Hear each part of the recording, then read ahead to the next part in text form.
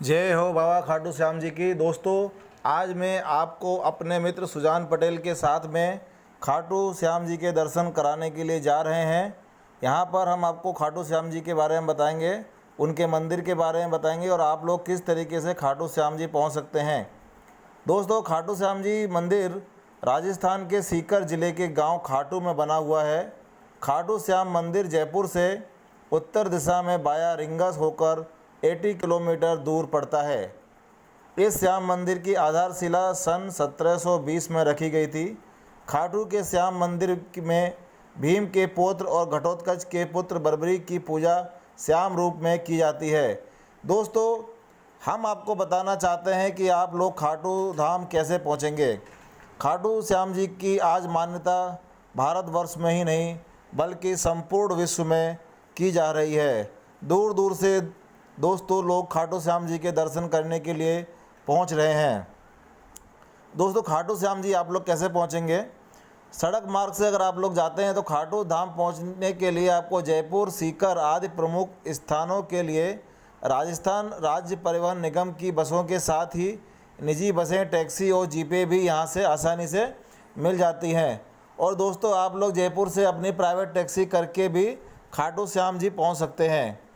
और अगर दोस्तों आप रेलवे से आते हैं, रेल मार्ग से आ रहे हैं, तो आपको खाटू श्याम जी के पास सबसे नज़दीक का जो रेलवे स्टेशन है वो है रिंगस जंक्शन। दोस्तों, वो स्टेशन का नाम है रिंगस जंक्शन, जो यहाँ से 16 किलोमीटर है। दोस्तों, वायु मार्ग से आने के लिए आपको यहाँ पर जो निकटतम एयरपोर्ट है, खाटू श्याम जी पहुँचने के लिए जो निकटतम एयरपोर्ट है जो है जयपुर यहाँ से 100 किलोमीटर दूर है। और जयपुर एयरपोर्ट से आपको खाटू श्याम जी दर्शन के लिए बसें भी उपलब्ध हैं और वहाँ से आप अपनी प्राइवेट टैक्सी लेकर के भी खाटू श्याम जी आ सकते हैं। दोस्तों, हम खाटू श्याम जी को हारे का सहारा भी कहते हैं। खाटू श्याम जी के बारे में एक प्रचलित ऐतिहासिक कथा है जो महाभारत काल से जुड़ी हुई है। दोस्तों, मैं यहाँ पर आपको वो कथा बताना चाहता हूँ। जब तक हम लोग खाटू श्याम जी मंदिर के पास समीप पहुँचने वाले हैं, हम आपको मंदिर के दर्शन कराएंगे, तब तक मैं आपको खाटू श्याम जी की कथा सुनाना चाहता हूँ। खाटू में श्याम के रूप में जिनकी पूजा की जाती है, दरअसल वे भीम के पोते बर्बरीक हैं। श्री कृष्ण के वरदान स्वरूप ही उनकी पूजा श्याम रूप में की जाती है। भीम के पौत्र और घटोत्कच के पुत्र, आप लोगों को भीम के पुत्र घटोत्कच के बारे में पता होगा। घटोत्कच के पुत्र बर्बरीक की माता का नाम कामकंटकटा था, जिन्हें मोरबी के नाम से भी जाना जाता है। अतः बर्बरीक को मोरबी नंदन भी कहा जाता है। उन्होंने युद्ध कला अपनी माँ से सीखी, कठोर तपस्या कर भगवान शिव को प्रसन्न किया और 3 अमोघ बाण प्राप्त किए। इसी कारण उन्हें 3 बाणधारी के नाम से भी जाना जाता है। बोलो 3 बाणधारी भगवान की जय। देखिए दोस्तों, हम लोग यहाँ गाड़ी पार्क करने के लिए पहुँच गए हैं। उसके बाद में उन्होंने अग्निदेव से प्रसन्न होकर उन्हें धनुष प्रदान किया और बर्बरीक तीनों लोकों को जीतने का सामर्थ्य रखते थे। कौरवों और पांडवों के बीच महाभारत युद्ध तैयारियां पूरे जोरों पर थीं। चारों ओर इस युद्ध की चर्चाएं थीं। यह समाचार जब बर्बरीक को मिला तो उनकी भी युद्ध में शामिल होने की इच्छा हुई। वे अपनी माँ से युद्ध में शामिल होने के लिए अनुमति लेने पहुँचे। उन्होंने माँ से आशीर्वाद लिया और उन्हें वचन दिया कि वे हारे हुए पक्ष का ही साथ देंगे। वे अपने नीले रंग के घोड़े पर सवार होकर तथा 3 बाण और धनुष लेकर युद्ध क्षेत्र के लिए कुरुक्षेत्र निकल पड़े। मार्ग में उन्हें ब्राह्मण ने रोका और परिचय पूछा। यह ब्राह्मण और कोई नहीं, लीलाधर कृष्ण स्वयं थे। योगेश्वर बर्बरीक पर व्यंग किया और पूछा, क्या वह सिर्फ 3 बाण लेकर युद्ध में सम्मिलित होने आए हैं? इस पर बर्बरीक ने कहा कि शत्रु सेना को धराशायी करने के लिए मेरे ये 3 बाण ही काफ़ी हैं। उन्होंने कहा कि यदि मैंने तीनों बाणों का प्रयोग कर दिया तो त्रिलोक में हाहाकार मच जाएगा। भगवान श्री कृष्ण भली बात जानते थे कि बर्बरीक में इतना सामर्थ्य है कि वो तीनों बाणों से पूरे युद्ध को ख़त्म कर सकता है। दोस्तों, ये हम खाटू श्याम जी के मंदिर के लिए चल पड़े हैं। आप देख रहे हैं हमारे मित्र सुजान पटेल जी मंदिर स्थान की तरफ चल रहे हैं। तो अभी हम आगे की कथा सुनाते हैं।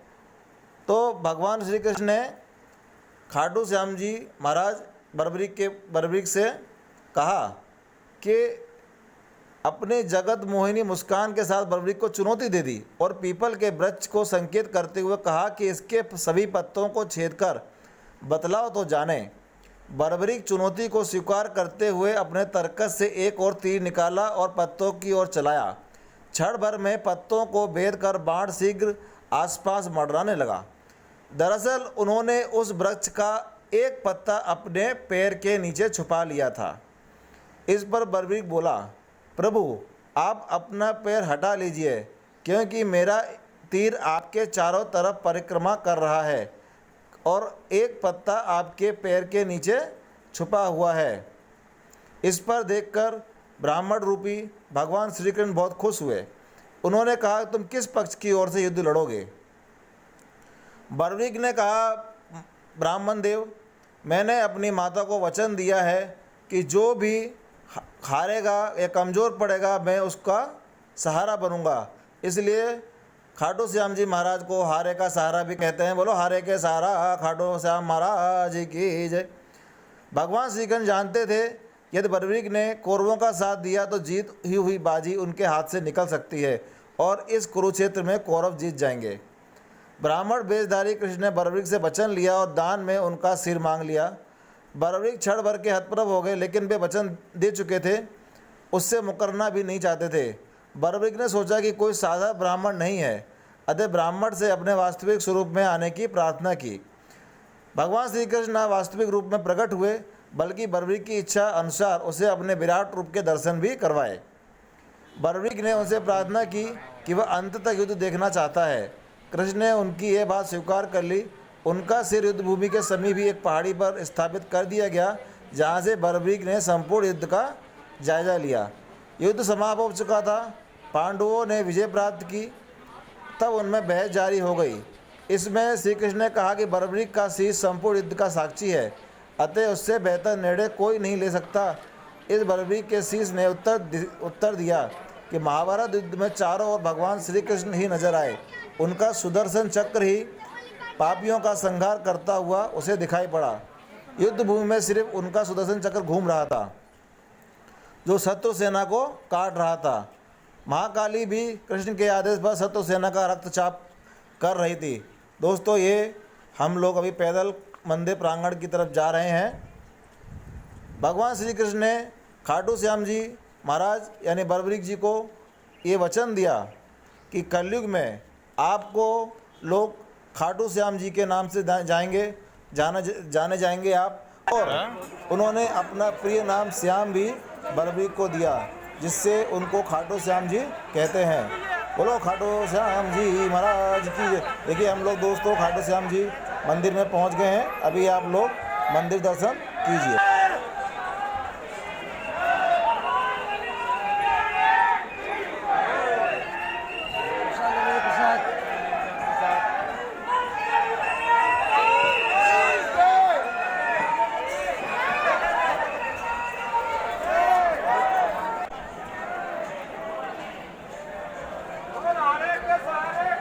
जय।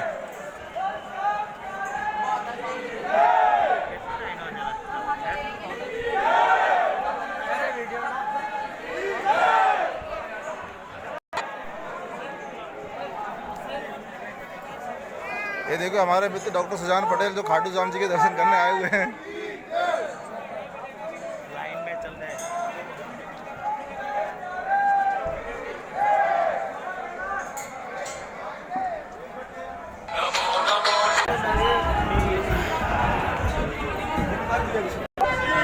जय हो खाटू श्याम महाराज की।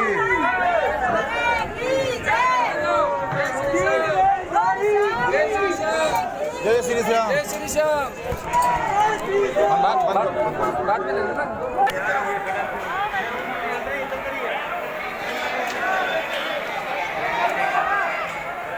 अरे जो क्या ना फिर ढूंढना फिरोगा चक्कर ही जल्दी होती है।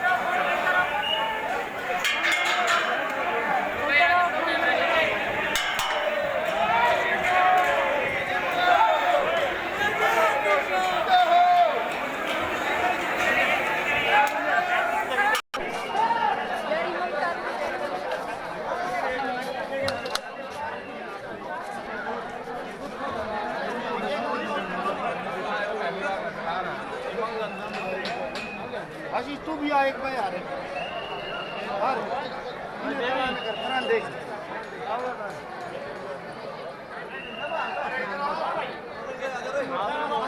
आओ ना सारे सचिन